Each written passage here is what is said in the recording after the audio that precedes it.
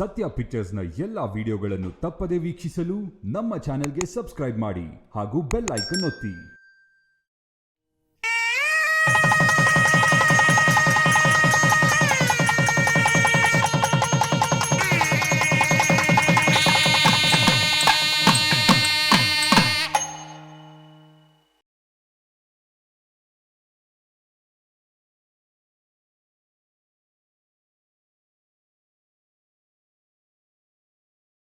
ಸೂತ್ರಧಾರ ನಾಟಕದ ಎಲ್ಲ ಬೊಂಬೆಗಳ ಸೂತ್ರವನ್ನು ತನ್ನ ಹಿಡಿತದಲ್ಲಿಟ್ಟುಕೊಂಡು ನಾಟಕವನ್ನು ಪ್ರಾರಂಭಿಸಿ ನಡೆಸಿ ಮುಗಿಸುತ್ತಾನೆ. ಅವನು ಕೆಲವೊಮ್ಮೆ ರಂಗದ ಹಿಂದೆ ಇದ್ದು ಕೆಲಸ ಮಾಡಿದರೆ ಕೆಲವೊಮ್ಮೆ ಪಾತ್ರಗಳ ಜೊತೆ ರಂಗದ ಮೇಲೂ ಬರುತ್ತಾನೆ. ನಮಸ್ಕಾರ, ಇದೇನಿದು ಇವತ್ತು ಬಿಂದುಶ್ರೀ ಸೂತ್ರಧಾರನ ಬಗ್ಗೆ ಓದ್ತಾ ಇದ್ದಾರೆ ಅಂದ್ಕೊಂಡ್ರಾ? ಇವತ್ತಿನ ಮುಖ್ಯವಾದ ವಿಷಯನೇ ಅದು, ಬೊಂಬೆಯಾಟ. ಜನಪದ ಶೈಲಿಯಲ್ಲಿ ಬೊಂಬೆಯಾಟಕ್ಕೆ ಅದರದ್ದೇ ಆದ ಸ್ಥಾನಮಾನ ಇದೆ. ಹಾಗೆ ಹಲವಾರು ಪ್ರಕಾರಗಳು ಕೂಡ ಇದೆ. ಇವತ್ತು ನಾವು ನಿಮಗೆ ಪರಿಚಯ ಮಾಡಿಕೊಡೋಕ್ಕೆ ಹೊರಟಿರುವಂಥದ್ದು ಒಂದು ಹೊಸ ಶೈಲಿಯ ಬೊಂಬೆಯಾಟನ. ಬನ್ನಿ ಅದೇನು ಅಂತ ನೋಡ್ಕೊಂಡು ಬರೋಣ.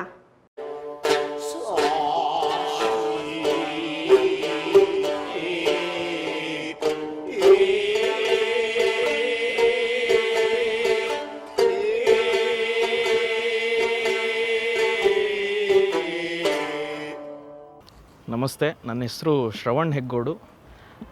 ಮೂಲತಃ ನಾನು ರಂಗಭೂಮಿಯ ಕಲಾವಿದ.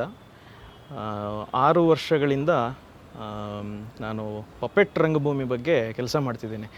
ಸಾಂಪ್ರದಾಯಿಕವಾದ ಪಪೆಟ್ ಥಿಯೇಟ್ರನ್ನು ಗಮನಿಸಿದರೆ ಪಪೆಟ್ರಿ ಹುಟ್ಟಿರುವ ಜಾಗ ಎಲ್ಲಿ ಹುಟ್ಟಿತು ಅನ್ನೋ ಕ್ವಶನಿಗೆ ನಮ್ಮ ಭಾರತ ದೇಶವನ್ನು ಉದಾಹರಣೆಯಾಗಿ ಕೊಡ್ತಾರೆ. ಅದರಲ್ಲೂ ಕರ್ನಾಟಕದಲ್ಲಿ ತುಂಬ ಪ್ರಕಾರಗಳು ಇಲ್ಲೇ ಒರಿಜಿನ್ ಆಗಿ ಇಲ್ಲೇ ಹುಟ್ಟಿ ಬೆಳೆದಿವೆ. ತಮ್ಮಯ್ಯ, ಲಕ್ಷ್ಮಣ, ಅಗ್ರಜ, ನಮೋ ನಮೋ ಅಣ್ಣ. ನಮ್ಮ ಭಾರತ ದೇಶದಲ್ಲಿ ಪಪ್ಪೆಟ್ಟು ಗೊಂಬೆ ಅಂದರೆ ಯೂಶಲಿ ಸೂತ್ರದ ಗೊಂಬೆ ನಮಗೆ ಕಣ್ಣಿಗೆ ಬರ್ತದೆ, ಇಲ್ಲ ಚಿತ್ರಪಟ ಅಂದರೆ ಶಾಡೋ ಪಪ್ಪೆಟ್ರಿ ನಮಗೆ ಪರಿಚಯ ಇದೆ.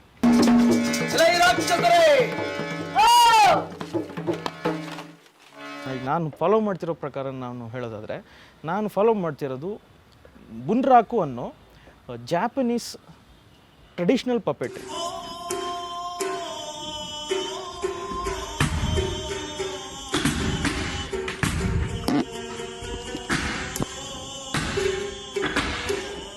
ಸೊ ಈ ಪಪ್ಪೆಟ್ಟು ನೀವುಗಳು ನೋಡೋದಾದರೆ ಸ್ವಲ್ಪ ಈ ಸಾಂಪ್ರದಾಯಿಕವಾದ ಒಂದು ಪಪ್ಪೆಟ್ ಥಿಯೇಟ್ರನ್ನ ಹೊರತಾಗಿ ಕಾಣ್ತದೆ. ಅಂದರೆ ಇಲ್ಲಿ 3 ಜನ ಒಂದು ಪಪ್ಪೆಟನ್ನು ಆಡಿಸ್ತಾರೆ.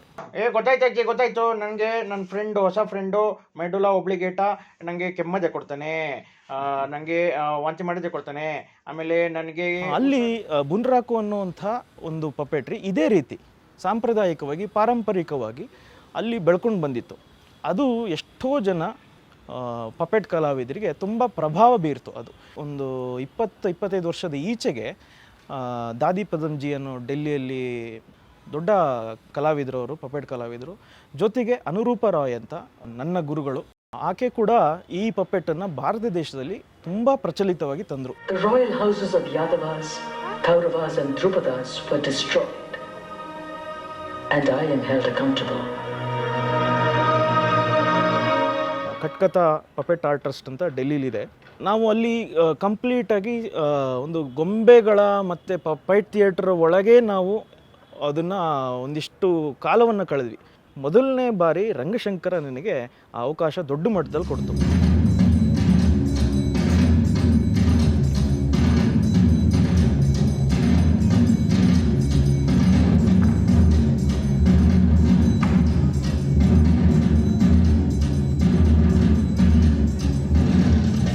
ಸೊ ಅದರಾದ ನಂತರ ನನಗೆ ಸಿಕ್ಕಿದ್ದು 2ನೇ ದೊಡ್ಡ ಅವಕಾಶ ಮೈಸೂರು ರಂಗಾಯಣ.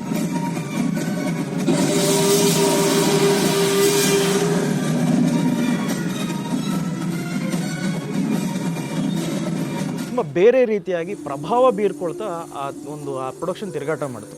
ಅದಾಗಿ ಒಂದು ವರ್ಷದ ಈ ಒಳಗೆ ಶಿವಮೊಗ್ಗದಲ್ಲಿ ಸಂದೇಶ್ ಚೌಳಿ ಅವರು ಬಂದಾಗ ಈ ಹಕ್ಕಿಕತೆ ನಾಟಕದ ಒಂದು ಪ್ರಸ್ತಾವನೆ ನಮಗೆ ಬಂತು.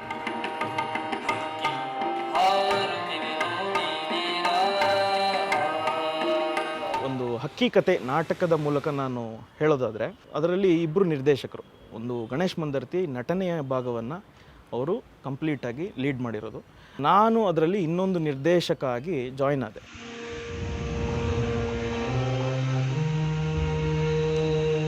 ಇನ್ನೊಂದ್ಸಲ ಮಾಡು, ಹೆಡ್ ಡೌನ್. ಈ ಪರ್ಟಿಕ್ಯುಲರ್ ಪ್ರೊಡಕ್ಷನಲ್ಲಿ ನಮಗೆ ಬೇಕಾದ ಕ್ಯಾರೆಕ್ಟರ್ಗಳನ್ನು ನಾವು ಮೊದಲು ಸ್ಕೆಚ್ ಮೂಲಕ ನಾವು ಕ್ಯಾರೆಕ್ಟರ್ ಡಿಸೈನ್ ಮಾಡ್ಕೊಳ್ತೀವಿ. ಕ್ಯಾರೆಕ್ಟರ್ ಡಿಸೈನ್ ಮಾಡಾದಮೇಲೆ ಅದರ ಒಂದು ಕ್ರಿಯೆಗಳು ಏನು, ರಂಗದ ಮೇಲೆ ಅದರ ಕ್ರಿಯೆ ಏನು, ಅದು ಹಾರತ್ತೋ, ಅದು ಕುತ್ಕೊಳ್ಳುತ್ತೋ, ರೆಕ್ಕೆ ಬಿಚ್ಚತ್ತೋ ಅನ್ನುವುದನ್ನು ನಾವು ನಿರ್ಧರಿಸಿ ಅದಕ್ಕೆ ತಕ್ಕಂಗೆ ಅದರ ಮೂಮೆಂಟ್ಗಳು ಏನು ಬೇಕಾಗ್ತದೆ ಅದನ್ನು ನಾವು ನಿರ್ಧಾರ ಮಾಡಿ ಅದರ ಮೆಕ್ಯಾನಿಸಮ್ ಅನ್ನೋದಕ್ಕೆ ಹಾಕಬೇಕು. ವಾಸ್ತವದಲ್ಲಿ ಕಾಣುವ ಎಲ್ಲ ಅಂಶಗಳು ಹಕ್ಕಿಗಳು ಕೊಡೋ ಹಾಗೆ ಅದನ್ನು ತಯಾರಿ ಮಾಡೋದು ಒಂದು ಜವಾಬ್ದಾರಿ ಇತ್ತು. ನಮ್ಗೆ ಅವೈಲೇಬಲ್ ಮಟೀರಿಯಲ್ ಏನಿದೆ ಆ ಲೊಕ್ಯಾಲಿಟಿಗೆ ಡಿಪೆಂಡ್ ಆಗಿ ಪ್ಲೈವುಡ್ ಇರ್ತದೆ, ನಾನಾ ಥರದ ಸ್ಟೈರೋಫಾರ್ಮ್ಸ್ ಇರ್ತದೆ, ಥರ್ಮಾಕೋಲ್ ಇರ್ತದೆ. ಸೊ ಇವುಗಳ ಒಳಗೆ ನಾವು ಅದನ್ನು ಆಯ್ಕೆ ಮಾಡಿಕೊಂಡು ತಯಾರಿಯ ಕೆಲಸ ಸ್ಟಾರ್ಟ್ ಮಾಡಿದ್ವಿ. ನಾವು ಎಷ್ಟೇ ನಾನು ಅದ್ರ ಜೊತೆ ಆತ್ಮಪೂರ್ವಕವಾಗಿ ಅದನ್ನು ನಾವು ಅದಕ್ಕೆ ಜೀವ ಕೊಡ್ತಾ ಇದ್ದರು, ನನ್ನ ಒಂದು ಆ್ಯಕ್ಷನ್ಗಳು ಆ ಪ್ರೇಕ್ಷಕನಿಗೆ ಅದು ಒಂದು ಅಡಚಣೆಯಾಗಿ ಕಾಣೋ ಸಾಧ್ಯತೆ ಇರ್ತದೆ. ಇದಕ್ಕೊಂದು ಲೈಟಿಂಗಿನ ಭಾಗದಲ್ಲಿ ಒಂದಿಷ್ಟು ವಿಶೇಷವಾದ ಕೇರನ್ನು ನಾವು ತಗೊಳ್ಬೇಕು ಅಂತ ಅದಕ್ಕೆ ಅಲ್ಟ್ರಾವೈಲೆಟ್ ಅನ್ನೋದನ್ನು ನಾವು ಅಳವಡಿಸ್ಕೊಂಡ್ವಿ.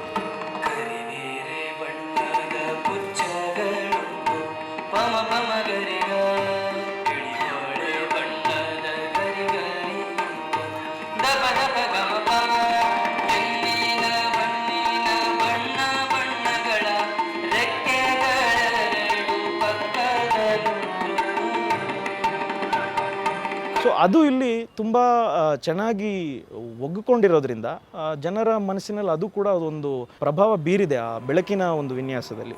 ಇದೆಲ್ಲದರ ನಂತರ ನಟರ ತಯಾರಿ. ಸೊ ಅದರ ಒಂದು ತಯಾರಿ ತುಂಬ ಅವರು ವಿಜುವಲ್ಸ್ಗಳನ್ನು ನೋಡುವ ಮೂಲಕ ಫಸ್ಟ್ ಮಾಡಿಸ್ತೀವಿ. ಅಂದರೆ ನಾವು ಪ್ರತಿಯೊಂದು ಸಿಂಪಲ್ ಆದ ಆ್ಯಕ್ಷನ್ಗಳನ್ನು ದಿನಚರಿಯಲ್ಲಿ ಬಳಸುವಂಥ ಆ್ಯಕ್ಷನ್ಗಳನ್ನು ಅವರು ಕಂಡುಕೊಂಡು ಅದನ್ನು ತುಂಬ ಸಿಂಪಲ್ಲಾಗಿ ಆ ಆ್ಯಕ್ಷನನ್ನು ಮಾಡೋದೇ ಒಂದು ವಾರದ ಕೆಲಸ. ಯಾಕಂದರೆ once puppet start to behave like natural being ಆಗಿ ಅದನ್ನು ಜೀವ ಕೊಟ್ಟು ಅದು ಮೂವ್ ಆಗಲಿ ಸ್ಟಾರ್ಟ್ ಆಗ್ತಿದ್ದಾಗೆ ಅದರ ಆಡಿಸುವ ನನಗೆ ಕಾಣಿಸ್ಲಿಕ್ಕೆ ಸ್ಟಾರ್ಟ್ ಆಗೋದು.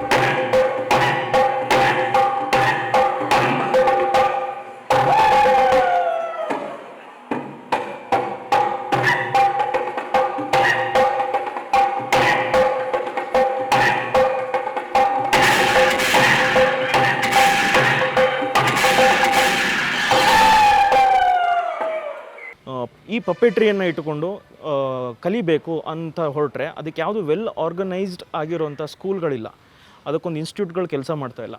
ಈಗ ರೀಸೆಂಟ್ಲಿ ಯುನಿಮಾ ಅನ್ನುವಂಥ ಸಂಸ್ಥೆ ಒಂದು 3 ತಿಂಗಳ ವರ್ಕ್ಶಾಪ್ ಥರ ಒಂದು ಪಪೆಟ್ ಸ್ಕೂಲ್ ಸ್ಟಾರ್ಟ್ ಆಗಿದೆ. ಸೊ ಆ ನಿಟ್ಟಿನಲ್ಲಿ ಅದನ್ನು ಆ ಪರಂಪರೆಯನ್ನು ಉಳಿಸೋ ಒಂದು ನಿಟ್ಟಿನಲ್ಲಿ ಈ ರೀತಿಯಾಗಿ ಅವುಗಳ ಮೇಲೆ ಒಂದು ಡಾಕ್ಯುಮೆಂಟ್ರಿಗಳನ್ನು ಮಾಡ್ತಾ ಜನರಿಗೆ ತಲುಪಿಸ್ತಾ ಅವರಿಗೆ ಈ ಥರದ್ದೊಂದು ಆರ್ಟ್ಗಳು ಇದೆ, ಅವುಗಳನ್ನು ನಾವು ಆ್ಯಸ್ ಎ ಪ್ರೇಕ್ಷಕನಾಗಿ ಅವುಗಳ ಜೊತೆ ಇದ್ದರೂ ಕೂಡ ಬಹುಶಃ ಅದು ಉಳಿಬೋದು ಅನ್ನೋದು ನಮ್ಮ ತುಂಬ ಜನರ ಅಭಿಪ್ರಾಯ.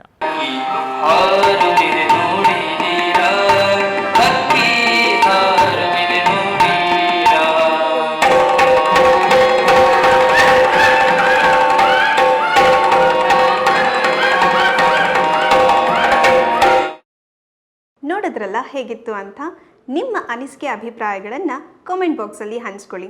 ಹಾಗೆ ನಿಮ್ಮ ಸುತ್ತಮುತ್ತಲೂ ಕೂಡ ಇಂಥ ವಿಶೇಷ ವ್ಯಕ್ತಿಗಳು ಅಥವಾ ವಿಶೇಷ ಪ್ರಕಾರಗಳು ಇದ್ದರೆ ನಮಗೆ ಅದನ್ನು ತಿಳಿಸ್ಕೊಡಿ. ಇಂತಹ ವಿಷಯಗಳು ಸಾಕಷ್ಟು ಜನರಿಗೆ ತಲುಪೋದ್ರ ಮೂಲಕ ಜನರ ಪದ ಜನಪದವಾಗಿ ಉಳಿಯುತ್ತೆ. ನಮಸ್ಕಾರ.